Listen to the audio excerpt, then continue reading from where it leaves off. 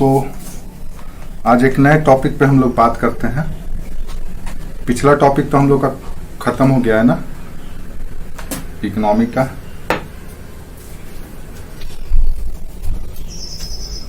खत्म हो गया ना, सुनाई दे रहा है आप लोगों को?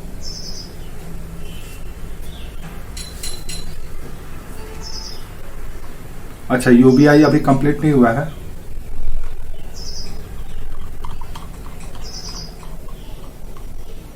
अच्छा अच्छा, तो अभी बचा हुआ है। हाँ,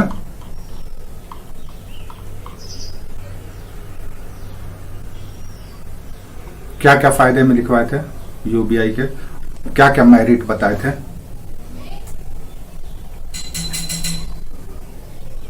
अच्छा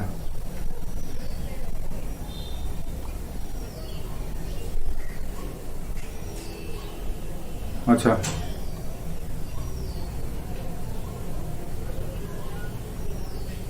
अच्छा ठीक है, सोशल जस्टिस तक हो गया था। तो इसका मतलब यह है अमृत है।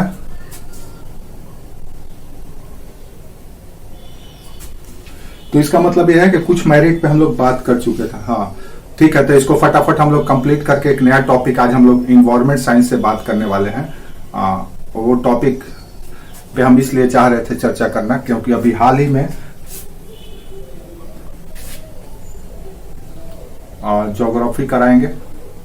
ठीक है, उसके बाद वो जो इन्वायरमेंट साइंस का टॉपिक है वो इसलिए हम करवाना चाहते हैं क्योंकि आने वाला कोई भी एग्जाम में से उसमें पीटी के भी सवाल पूछे जाएंगे और मेंस में भी पूछा जाएगा, क्योंकि नीति आयोग का एक रिपोर्ट आया है और नीति आयोग का रिपोर्ट के आने की वजह से वो चर्चा में आ गया है, तो आपके लिए महत्वपूर्ण है। और रही बात रिमेनिंग जो एरिया है ज्योग्राफी का, उस पर हम लोग करेंगे। ठीक है, सबसे पहले यूबी का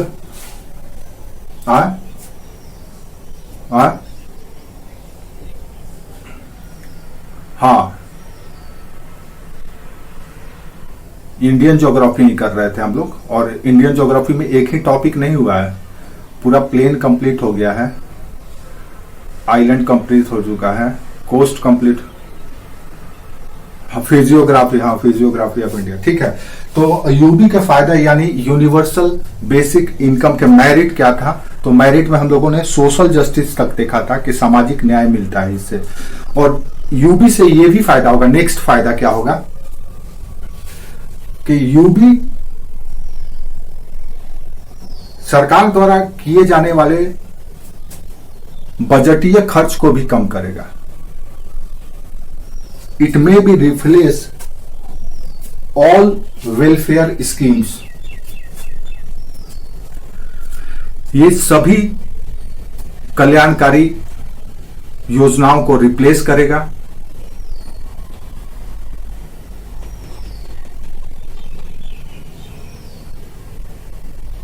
और सरकार के खर्च को भी कम करेगा, जो कि 5.2% जीडीपी का खर्च है, उसको कम करके लगभग 4.5% तक ले आएगा अगर ये किया जाए तो, यूबी को या यूनिवर्सल बेसिक इनकम को लाया जाए तो।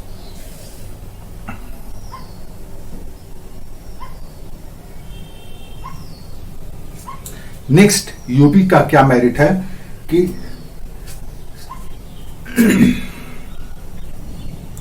यूबी का एक मेरिट यह भी है कि जब हम योजनाओं को इंप्लीमेंट करते हैं तो इंप्लीमेंटेशन या योजनाओं के कार्यान्वयन के द्वारा, योजनाओं के कार्यान्वयन के दौरान जो लीकेज होता है या जो रिसाव होता है, रिसाव कहने का मतलब यह है कि जितना सेवा दिया जाना चाहिए, जितनी सुविधा दी जानी चाहिए, जितनी स्कीम को बेनिफिशरीज को दिया जाना चाहिए, उतना ना पहुंच करके थोड़ा बहुत ही पहुंचता है, तो ये जो लीकेज होता है उससे भी ओवरकम मिलेगा, बाहर निकलने को मौका मिलेगा। इट में overcome leakages and wastage, it में overcome leakages and wastage, which occur during implementation of welfare scheme. योजनाओं के कार्यान्वयन के दौरान जो रिसाव होता है उससे भी बचा जाएगा। कैसे बचा जाएगा? तो फंड सीधे हर एक को, सबके पास यूनिक आइडेंटिटी कार्ड है, यूबी से डायरेक्ट उनके अकाउंट में पैसा ट्रांसफर हो जाएगा, वो अपना यूज करेंगे जैसे यूज करना है। तो अभी तक से जो योजनाओं का लीकेज होता था वो बंद हो जाएगा। नेक्स्ट, इसको मॉनिटर करने में आसान होगा। मॉनिटरिंग में it will be easy to monitor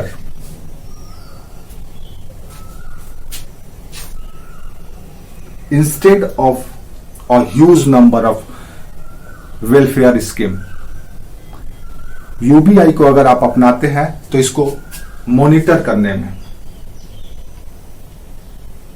जो 900 950 प्रकार के स्कीम को मॉनिटर करने में दिक्कत होता है, एक स्कीम सिंगल सिर्फ ट्रांसफर का, फंड ट्रांसफर का, उसमें किसी को कोई दिक्कत नहीं होगा, लीकेज नहीं होगा, सोशल जस्टिस होगा, फ्रीडम ऑफ चॉइस होगा, बजटीय घाटा कम होगा, या जीडीपी का जो खर्च है वो कम होगा।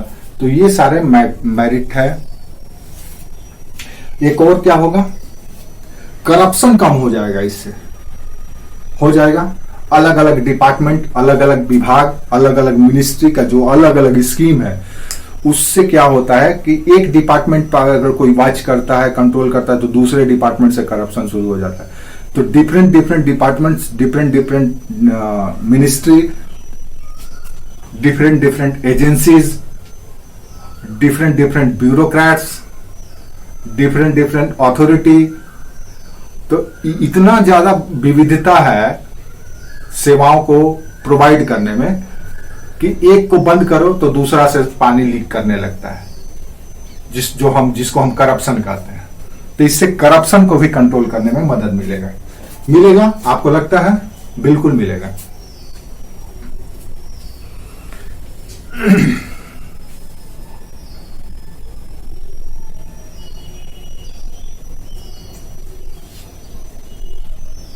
नेक्स्ट, इससे एक और फायदा यह होगा कि समाज में फिनेंशियल इंक्लूजन, वित्तीय समावेशन का जो लक्ष्य है एसडीजी का, सस्टेनेबल डेवलपमेंट गोल का, वित्तीय समावेशन का लक्ष्य भी पूरा होगा। वित्तीय फिनेंशियल इंक्लूजन, वित्तीय समावेशन। अब ये टर्म आप सुन करके बड़ी परेशान हो रहे होंगे, क्या है ये फिनेंशियल इंक्लूजन या वित्तीय समावेशन? तो वित्तीय समावेशन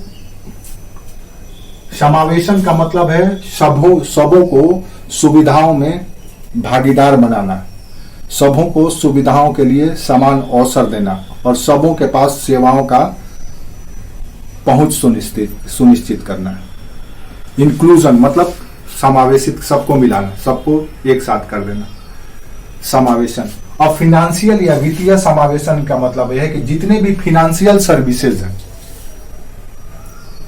लोन लेना हो, अकाउंट खोलना हो, समझ रहे मेरी बात, वो सब हर एक किसी को मिल जाएगा, हर एक किसी के पास पैसा हो। तो वित्तीय समावेशन के लिए ही तो हम जैम लेकर के आए हैं, जनधन, अकाउंट और मोबाइल। जनधन, आधार, ये जनधन है, जनधन, अकाउंट, आधार कार्ड और मोबाइल से कनेक्टिविटी, ये वित्तीय समावेशन का 3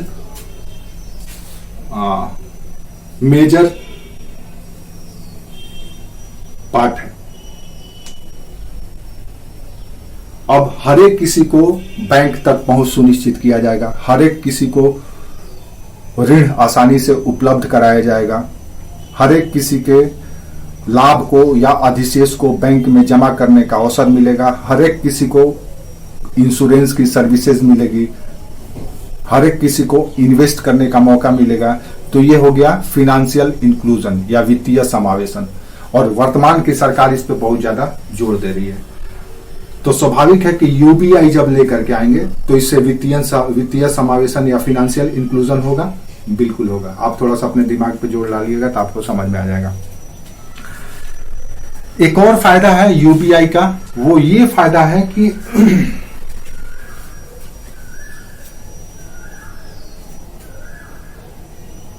ऐसे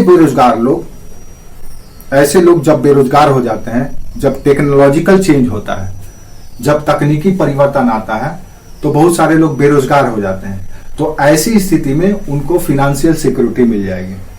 और अभी का जो दौर है, वर्तमान दौर में कोई भी टेक्नोलॉजी सस्टेन नहीं करती है, उसमें निरंतर चेंज आते रहता है। आप कल्पना करो, आज से 5 साल 7 साल पहले गली गली में टेलीफोन बूथ हुआ करता था, पीसीओ हुआ करता था, एसटीडी बूथ जिसको कहा जाता है।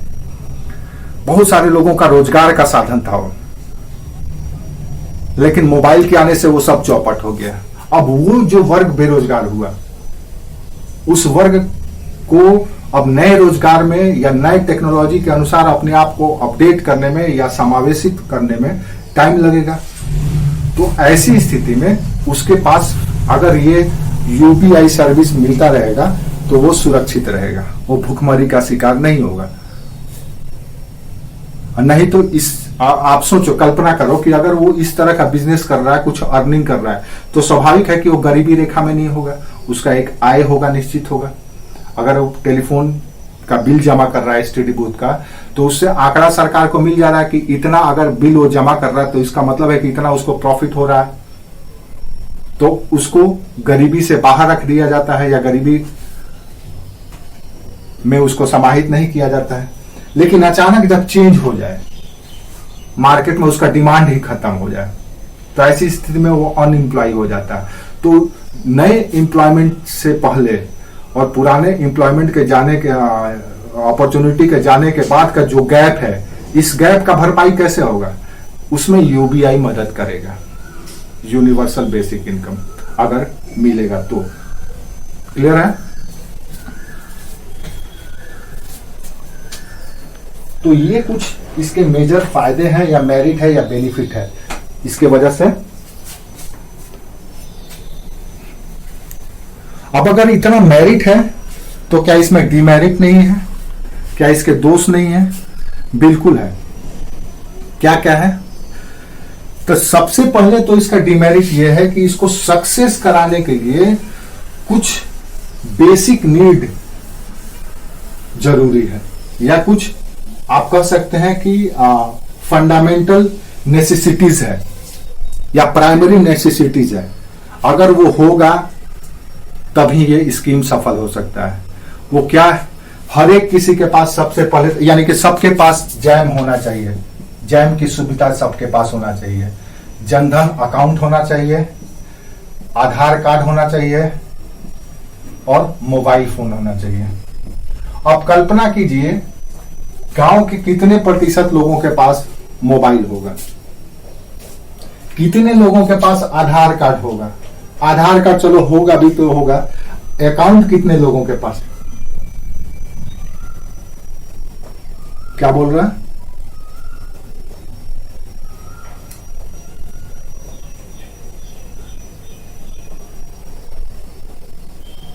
अच्छा, गांव की एक महिला टोकरी में सब्जी लेकर के जाकर के बेचती है, उसके पास मोबाइल होता है?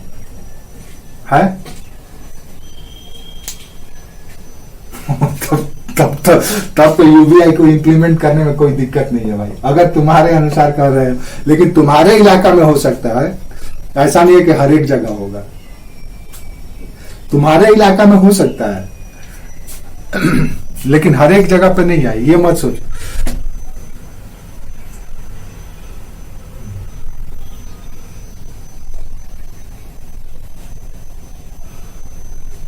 ठीक है, ये अच्छी बात है, लेकिन ये मान करके चलो कि अभी का जो रिसेंट का डाटा है, आपका 135 करोड़ आबादी में मात्र 82 करोड़ के पास ही मोबाइल फोन है।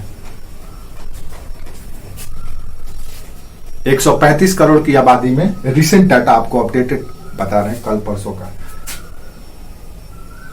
135 करोड़ की आबादी में इतना लोगों के पास फोन है, इसका मतलब ये सारे लोग बिलो पॉवर्टी लाइन के लोग होंगे,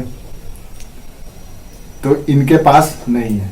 तो सबसे बड़ा चैलेंज यही है, ये तीन, और ये तीन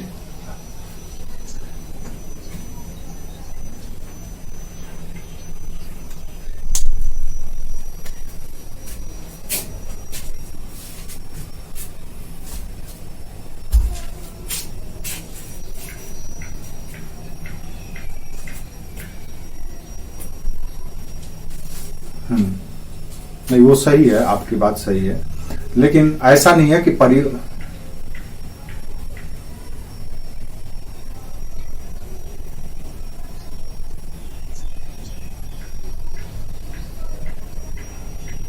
तो फिर कैसे दिया जाएगा, पैसा कैसे दिया जाएगा?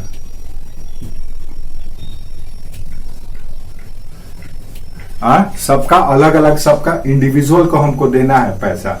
हमने बताया कि 0 से 5 वर्ष के लिए इतना देना है, 5 से 15 वर्ष के लिए इतना देना है, और 15 से 35 या 45 को इतना देना है, 45 से 95 को इतना देना है।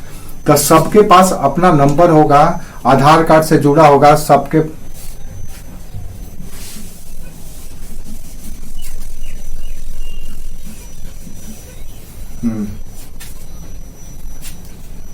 हाँ, तो लेकिन हाँ, लेकिन अब ये भी दिक्कत है कि जहाँ खाता मान लो खोल भी जाए, सरकार लाएगी, सरकार ऐसा नहीं है कि कोई भी चीज को अचानक ले आती है, ये पायलट प्रोजेक्ट चलता है। जैसे एमपी में इस प्रोजेक्ट को लाया गया था, चलाया गया था, यूबीआई को कुछ दिनों के लिए एमपी में इंप्लीमेंट किया गया था मध्य प्रदेश में, और उसका पॉजिटिव आउटकम आया है, सरकार इससे प्रोत्साहित है। तो आने वाले समय में अगर निर्णय ले लिया जाए तो अचंभित नहीं होना है।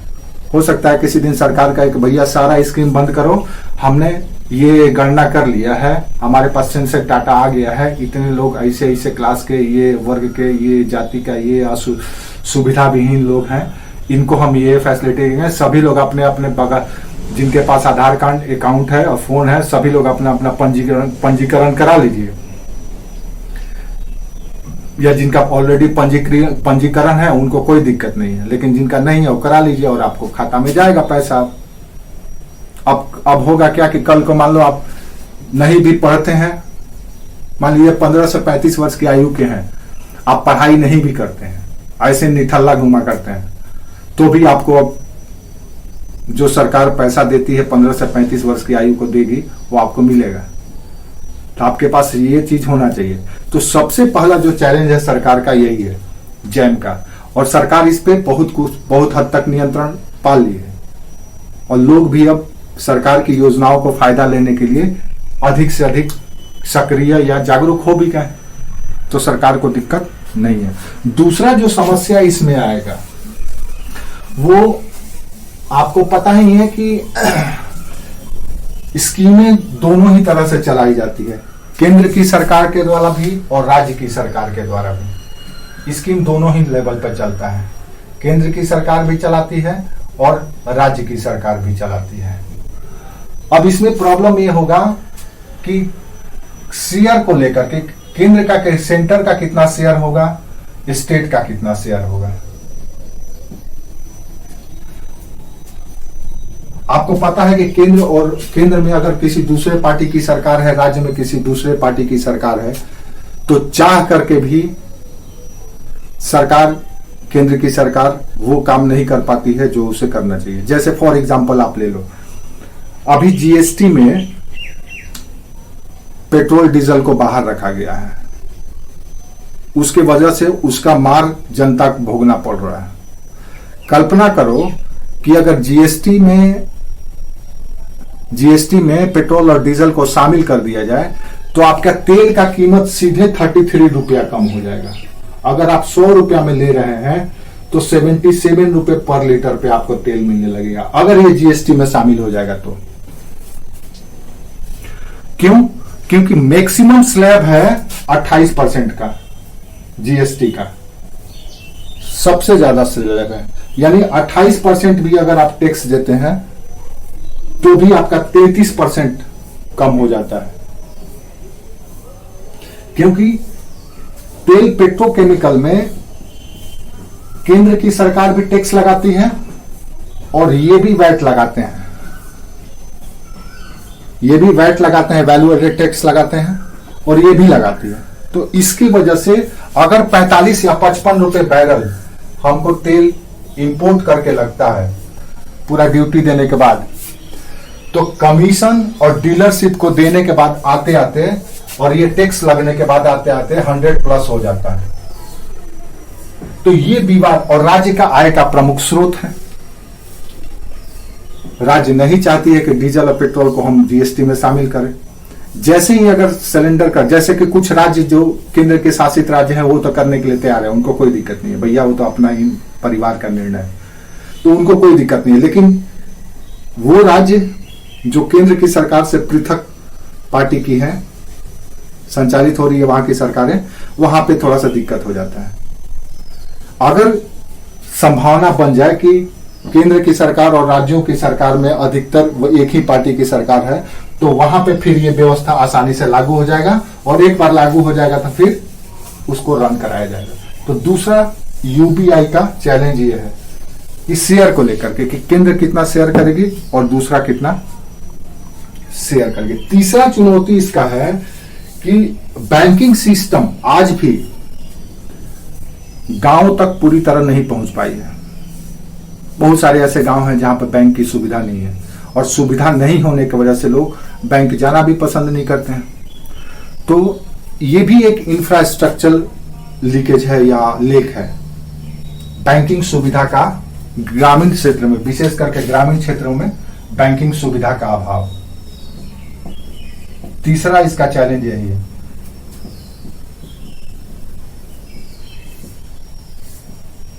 चौथा, आप देखेंगे बहुत सारे क्षेत्रों में आज भी बैंक नहीं है।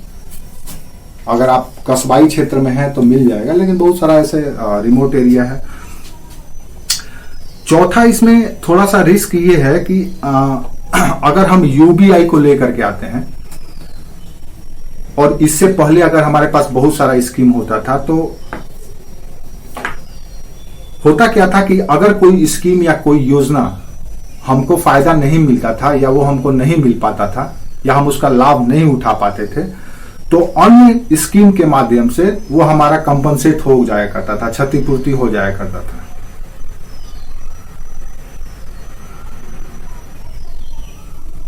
जैसे मान लो हम वृद्ध हैं और किसान हैं, अब किसानों के लिए किसान सम्मान निधि भी आता है और वृद्धा पेंशन भी आता है। अब मान लो किसी व्यक्ति को वृद्धा पेंशन नहीं मिल रहा हो किसी भी कारण से,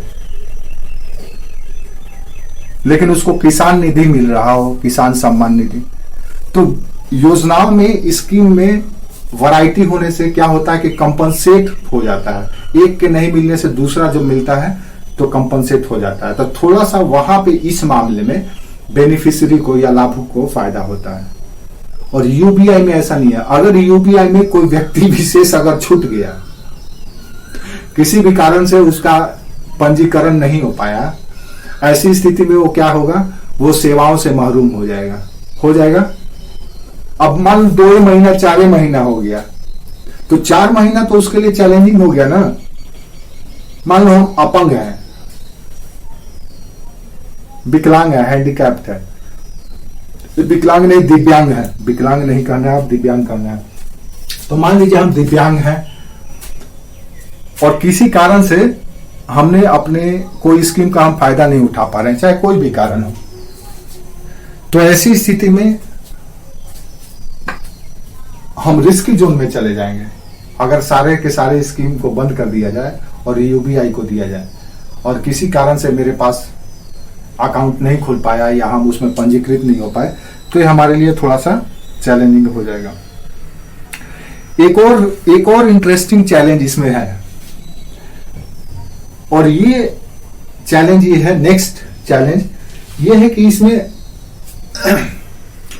समाज में बहुत सारे ऐसे लोग होते हैं, जब लोगों के पास पैसा आता है तो उस पैसे का इस्तेमाल अनवांटेड एक्टिविटीज में करने लगते हैं। जैसे आप देखेंगे कि हर एक व्यक्ति में साधु का भी वास होता है और चोर का भी वास होता है। जो नहीं पकड़ा गया होता है वो साधु होता है और जो पकड़ा गया है वो चोर होता है। अब मान लो मेरे पास पैसा नहीं है तो हम शराबी नहीं है, मेरे पास पैसा आने लगा, कल तक स्कीम से जो अलग अलग फायदा आता था, जैसे राशन मिलता था, कपड़ा मिलता था, घर मिल जाता था, किरासन तेल मिल जाता, जो कुछ भी सरकार से मिलता था, अब हमको कैश मिलेगा पैसा। तो हो सकता है कि हम उस पैसे का उपयोग कहीं गलत जगह भी करने लगे, नशा करने लगे, या कुछ भी कर सकते हैं जो समाज के लिए स्वीकृत नहीं, समाज में स्वीकृत नहीं। तो एक चैलेंज यूबीआई का ये भी है। अब सरकार को उसको कंट्रोल करने के लिए उस बैड एक्टिविटीज को या अनवांटेड एक्टिविटीज को कंट्रोल करने के लिए फिर अलग से माथापच्ची करना पड़ जाएगा, और होता भी है। आज सरकार घर तक रोटी कपड़ा मकान पहुंचा रही है, इसके वजह से लोगों में कामचोरी बढ़ गया। इस बात को आप मानते हैं? आप लेबर लाने जाइए किसी काम के लिए, आपको लेबर नहीं मिलेगा, घर में बैठे रहेंगे सब, लेकिन काम नहीं, क्योंकि उनको घर रहने के लिए घर मिल जा रहा है, बेटी का विवाह करने के लिए भी एक मुश्त राशि मिल जा रहा है, राशन मिल ही जा रहा है, तो क्यों काम करेंगे? और अब अगर घर बैठे बैठे पैसा सीधे मिलने लगे तो फिर अजगर करे न चाकरी, पंछी करे न काम, और दास मल्लुका कह गए सबका दाता राम। फिर सबका दाता राम हो जाएंगे, किसी को कुछ काम करने की जरूरत ही नहीं रह जाएगी। एक चैलेंज ये भी है कि लोग निकम्मे भी हो सकते हैं कि अगर हम यूनिवर्सल बेसिक इनकम दे दें।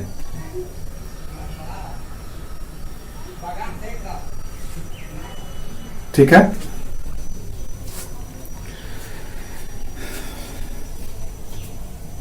नेक्स्ट ये भी हो सकता है कि अगर जैसे जैसे सरकार पुरानी होती जाएगी तो पॉलिटिकल बेनिफिट के लिए, राजनीतिक फायदे के लिए हर एक नई सरकार यूबीआई के दर को बढ़ाती चली जाएगी, और ये पॉलिटिकल लॉलीपॉप की तरह हो जाएगा कि चुनाव से पहले हर एक दल खड़ा होकर के कहेंगे कि हम अगर सरकार में आएंगे, अब कुछ नहीं कहेगा कि हम गरीबी हटाएंगे तो ये करेंगे वो करेंगे, वो सीधे कहेगा कि पिछले सरकार 10,000 रुपया दे रही थी, हम इस बार आएंगे तो 20,000 रुपया फ्री में देंगे। अब एक अलग तरह का पॉलिटिकल बार्गेनिंग आपके यहां शुरू हो जाएगा। जैसे कि राहुल गांधी इससे पहले 2019 के लोकसभा के चुनाव में उन्होंने क्या डिक्लेयर किया था कि 72,000 रुपया सालाना हम हर एक व्यक्ति को देंगे, वो भी एक तरह से यूबीआई था।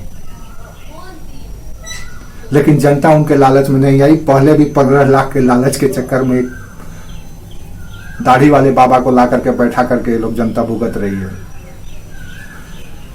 और कुछ वर्ग तो जितना खुदा का नाम नहीं लेता होगा उतना उसका नाम लेता होगा, जितना खुदा को याद नहीं करता होगा उससे ज्यादा उसको याद करता होगा। तो अब जनता को बाबा फ्री में कुछ नहीं चाहिए, जनता का मुंह जल चुका है। न तो उसको 15 लाख चाहिए, न तो उनको उसको 72,000 चाहिए। भैया हम काम करेंगे जितना, हमको उतना ही आप दे दीजिए, मेरे लिए उतना ही काफी। तो ये है यूबीआई का माया और यूबीआई का मेरिट और डिमेरिट। हो सकता है आपसे पूछ ले, पीटी में सवाल पूछा जा सकता है कि इसका फुल फॉर्म बताइए, ये कब कॉन्सेप्ट आया था भारत में, ये पूछा जा सकता है। या आपसे जब मेंस में पूछा जाएगा कि गरीबी और गरीबी निवारण के विकल्प के रूप में, कि कोई आपके पास विकल्प है जिससे गरीबी का निवारण किया जा सके, तो गरीबी निवारण की जैसे ही आप बात करते हैं तो लगते हैं करने की एम्प्लॉयमेंट जनरेशन करना है, स्कीम चलाना, यही सब ना आपके दिमाग में आता है कि एम्प्लॉयमेंट जनरेशन करना है, इकोनॉमिक्स को साउंड करना है, स्कीम को प्रॉपर तरीके से इम्प्लीमेंट करना है, एजुकेशन को बढ़ाना है। अभी तक से आप पॉवर्टी इरेडिकेशन के लिए यही सब तर्क देते आए हैं। लेकिन अगर आपसे ये पूछ दिया जाए या क्वेश्चन के साथ ये भी जोड़ दिया जाए कि आपके मन में कोई विकल्प है गरीबी निवारण के लिए, तो बताइए, तो ये विकल्प आप जरूर बता दीजिएगा कि ये भी एक विकल्प है जिसके माध्यम से गरीबी का निवारण किया जा सकता है। ठीक है, समझ में आया। मध्य प्रदेश में 2011 से पायलट प्रोजेक्ट के रूप में चल रहा है, याद रखना। यूबीआई 2011 से चल रहा है एमपी में, ऐसा नहीं है। और विश्व में अगर देखा जाए तो कनाडा, ईरान और ब्राजील, और हाँ ब्राजील, ये 3 जगहों पे चल रहा है। ऐसा नहीं है कि ये नया एक्सपेरिमेंट है। ठीक है, कोई डाउट?